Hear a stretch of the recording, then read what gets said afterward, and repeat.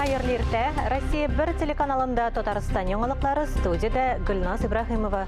Россияда халық сонын исәпкә алу дәвам итә, жан исәптә интернет ошада җавап биреп була. Мондый мөмкинлектән 8 ноябрьгә кадәр файдаланырга мөмкин. Шулай ук исәпкә алучылар үй фатирларга килеп тә анкета тутырырга тәкъдим итә. Милләттәшләребез жан исәп хакында ни уйлый? Бу сорауны Габдулла Тукай исемендәге Татар дәүләт филармониясе директоры Кадыйм Нуруллинга юлладык.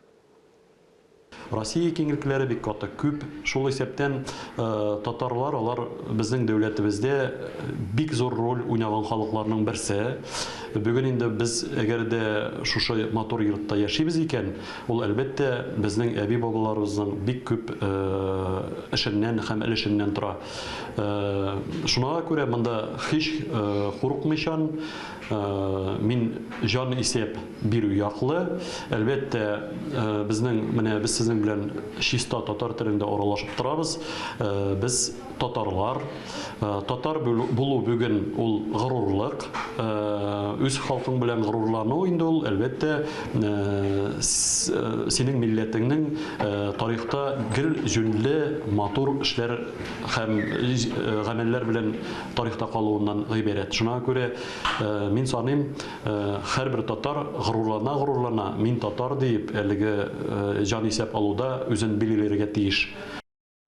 Шаллыда октябрьнең 9 көнендә 3 юл транспорт һәлакәте теркәлгән. Һәлак булучылар бар. Бу хакта юл хәрәкәте иминлеге буенча утырышта Татарстан буенча ЮХИДИ идарәсе башлыгы Ленар Габдрахманов сөйләде. Ул һәлакәтләр булган иң куркыныч участокларны йөреп чыкты, гадәттән тыш хәл ихтималын киметү турында фикерләре белән уртаклашты.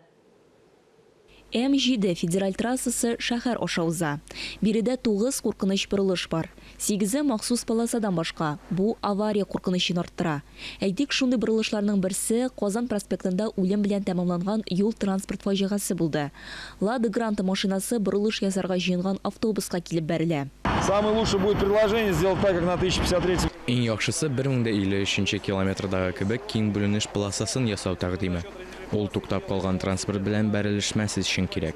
Әлеге өстәмә мәйдан хәрәкәтенә имин оештырырга мөмкинлек бирә. Бу тәкъдимне кичекмәстән кулланышка кертергә җыенабыз.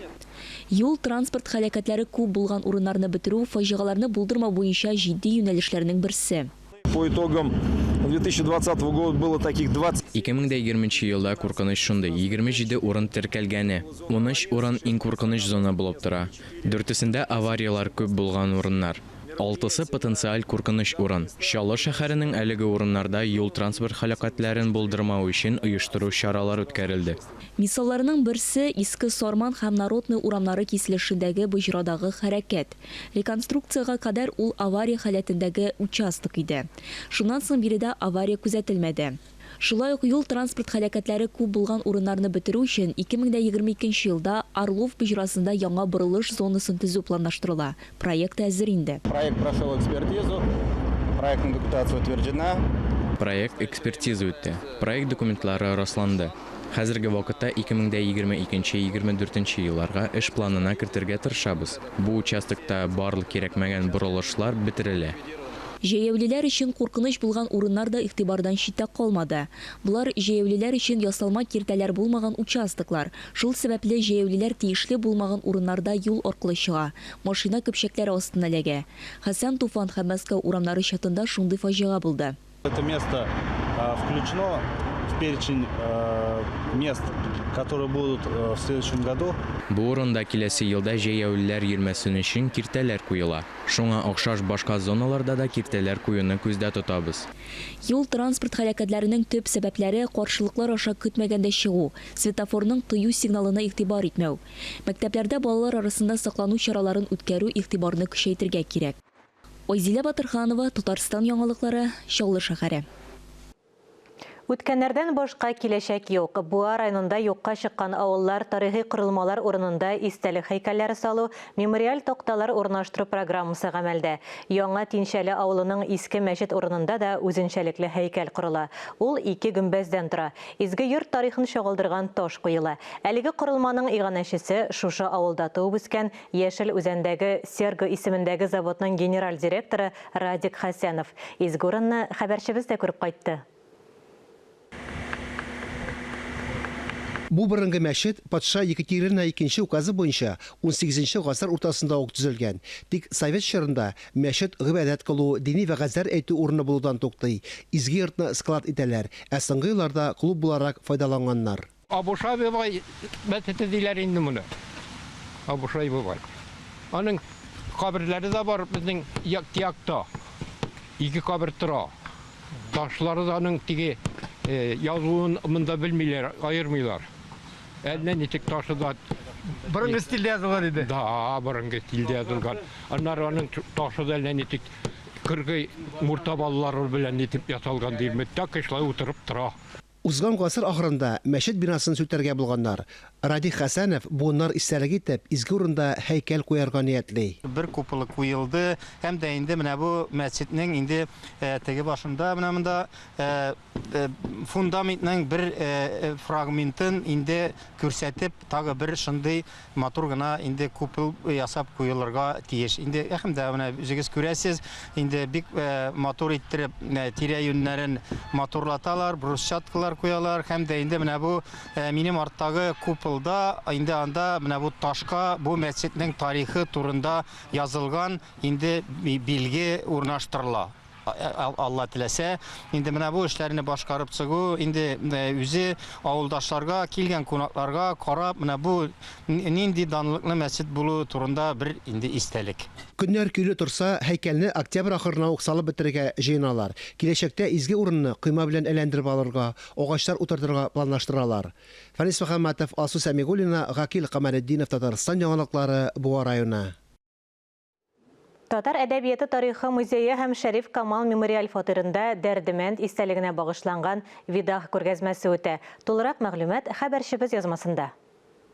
2021 елда татар халкының иҗтимагый мәдәни тормышында зур урын алып торган Дәрдемәнд Закир Рамиев вафат булуына 100 ел тулды. Әдәбиятыбызның классик шагыйре, җәмәгать эшлеклесе, сәнәгатьче һәм хәйрияче Закир Рамиевның тормышына һәм иҗатына багышланган күргәзмә эшли башлады. Аның октябрьдә үткәрелүе дә бик үзенчәлекле. Аның көненең нәкъ менә 20 октябрь булуы ул символга бәйле түгел. Ләкин октябрь айы Дәрдемәнднең вафат булган айы ул 9 октябрьдә вафат булган. Ә инде ноябрь айында 23 ноябрьдә аның туган көне. Шуңа менә бу ике вакыт арасында урталык итеп без менә шушы көнне сайладык. Көз айы, туган айы да, аның вафат булган айы да хәсрәт чигүче, менә моңсу, газап кичерүче дигән мәгънәгә ия булган псевдоним Дәрдемәнднең бу да инде безнең көзгә туры килә, һәм аның иҗатында да ел фасыллары символикасы көчле. Дәрдемәнд белән бәйле булган документаль чыганаклар, фото һәм шәхси әйберләрне әлеге күргәзмәдә күзәтергә була. Шулай ук ел дәвамында музейда Дәрдемәнднең тормышына һәм иҗатына багышланган лекциялар үткәрү дә каралган. Искәндәр Гыймалдинов, Тахир Хәсәнов, Татарстан яулыклары. 23 октябрьдә РСФСРның халык артисты Фәхри Насретдиновның тууына 110 ел тула. Талантлы җырчы милли музыка сәнгатендә зур мирас калдырды. Татар операсына нигез салучыларның берсе. Җырчы репертуарында совет татар классик композиторларының җырлары, романслары бар иде. Күп кенә татар композиторлары аңа махсус атап вокаль әсәрләр иҗат итте. Фәхри Насретдиновның аһәңле тавышы, интонациясе, сүзе һәм артист осталыгы бердәм музыкаль сәхнә образын тудырды. Ул башкарган әсәрләр Татарстан радиосы һәм телевидениесенең алтын фондында саклана. Бөек җырчы иҗатына багышланган тапшыруны сез дүшәмбе 25 октябрьдә Хәерле көн Татарстан тапшыруында карый аласыз. Тарихи юл үзеннән елгада су сайыккач Югары Ыслан районында борынгы юл ачылды. Элек ул Веденка бистәсен Зөя утрауы белән таштырган. Әлеге трассаның тарихы белән хәбәрчебездә кызыксынды. Зөя киңлекләрендәге тар таш полоса кайчандыр зур транспорт тармагының бер өлеше булган. Трасса 16 гасыр ахырында ук төзелгән. Елгада су сайыккач Веденский бистәсе белән Зөя утрау шәһәрен тоташтырган төп юл янә өскә калкып чыкты. 1 чакрым озынлыктагы грунттан салынган юл агач күпергә тоташкан булган. Булар Зөя утрау шәһәре музей тыюлыгы фондыннан архив кадрлары. Аклы-каралы фоторәсемнәр 19-20 гасырда төшерелгән. Юлны грунт белән яхшы ныгытканнары күренә. Ну, во-первых, река была гораздо уже, да, чем вот то, что мы сейчас видим. Вакытына күрә әлеге юл зур әһәмияткә ия булган. Елгада су күтәрелә башлагач, агач күперне сүткәннәр. Ул чакта елгада пароходлар йөрмәгән, коры җирдән йөк ташу өчен шушы юлдан файдаланганнар. Тарихи яктан бу утрауның яшәү чыганагы булган. Әлеге юл илне транспорт белән тәэмин итүдә зур роль уйнаган. Зиягә илтүче юл Мәскәү-Түбән Новгород трактының бер өлеше саналган. Әгәр су тагында саякса, борынгы юлны Зөянең ике ярыннан да күрү мөмкинлеге туа. Бу урын туристларны җәлеп итә. Решили бы снимать с дроном. Приехали, погода нас не остановила. Очень классно, очень интересно. Чувствуешь какое-то присутствие древности.